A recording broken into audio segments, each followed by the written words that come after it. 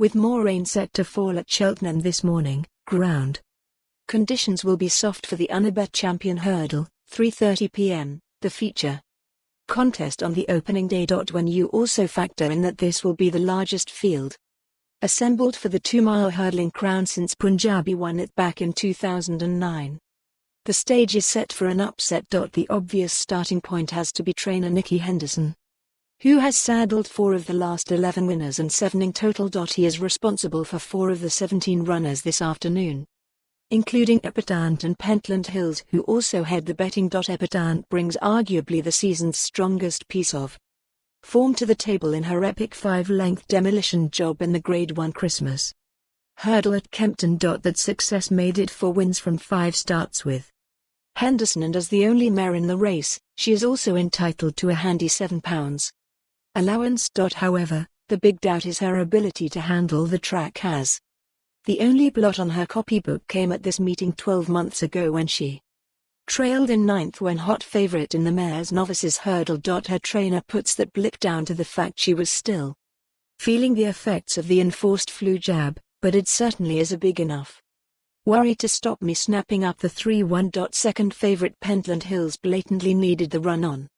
his seasonal reappearance here in December when only 5th to stablemate Tall Me Lord. However, it was worrying how he seemingly wrestled defeat from the jaws of victory at Haydock on his latest outing in January. Admittedly, he has had a decent break since then and has also had a wind operation, both of which should help his cause. If he returns to the form he was in 12 months ago, he is unquestionably a leading player, but I'd like to see him finish a race and wouldn't be tempted by quotes of just 6-1. The 2 horses I am most interested in both have pieces of form closely tied in with Pentland Hills, and are huge prices in comparison. Let's start with his recent Haydock conqueror Ballyandy, who can be backed each way at a whopping 18-1 with plenty of firms offering 4 places. He was a well-beaten 3rd behind Epatante in the Christmas Hurdle at Kempton, but goes well at Cheltenham and loves the mud. His non-chasing course form reads 113,432, and that includes a